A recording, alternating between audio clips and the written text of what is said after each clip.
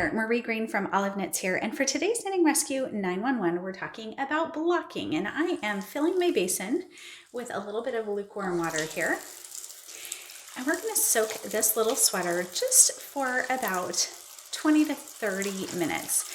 I just want enough water to give it a good soak, and you don't want it to be ice cold because the surfactants in wool wash tend to do just a little bit better when the water is just a little bit lukewarm. So you want to make sure that your project absorbs lots of water and absorbs it all the way through. We'll add just a little bit of wool wash because that makes things nice and clean and soft. So why do we block our projects? And is it important? The answer is yes, it's super important because yarn is a messy business. So there's likely to be little bits of dust and possibly debris from storage, maybe excess dye from a dyer. That can happen as well. And just from us working on our knits. You know, we might have some snack crumbs in there and a little bit of oil from our hands, things like that. So giving your projects a nice soak is a really great way to really freshen the fabric. Another reason though is because blocking helps to even out the stitches and provide extra drape to the fabric. It makes a world of difference in the finished look, fit, and feel of your project. It's hard to believe, but when we don't block our projects, we're missing out on that crucial last step that makes such a world of difference.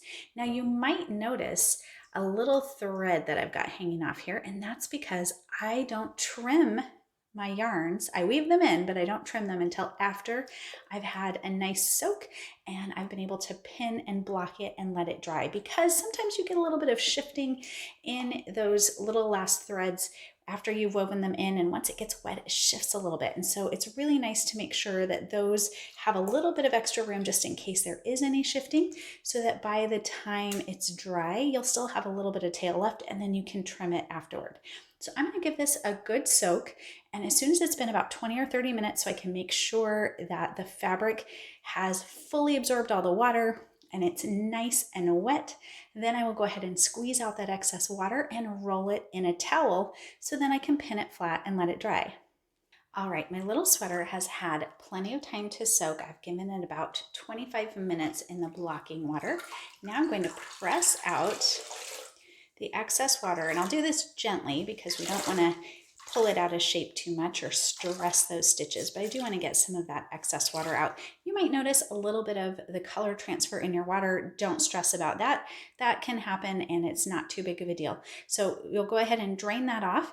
And if you are worried if it's a super fuzzy or furry yarn, make sure and do this in a basin instead of your sink, because you might get some fiber that kind of comes off and it will go down the drain and it could clog your drains. So that's your little bonus Rescue 911 trick. All right, so now I'm going to go ahead and roll it in a towel and press out the excess water, and then we'll pin it out and let it dry.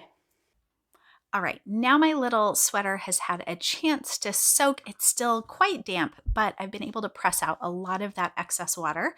And now I'm going to pin it flat and let it dry. And the great thing about blocking, you can feel it, especially depending on the wool wash you use.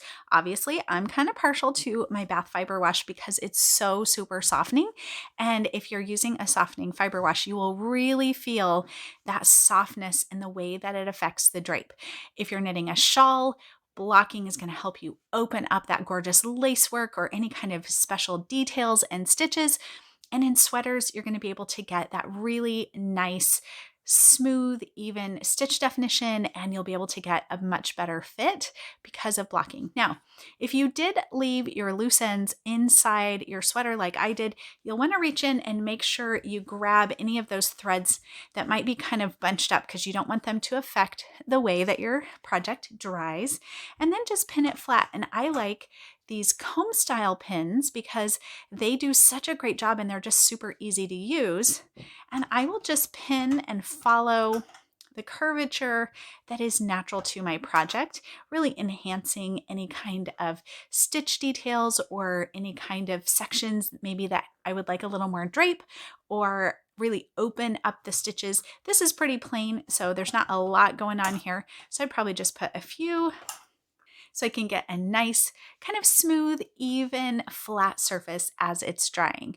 Keep in mind that if you dry something and it's a little wonky on the blocking mat, if it's pinned kind of weird, it's going to dry kind of weird. So keep that in mind with the way that you put in your pins. Once it's pinned flat, you can let it dry.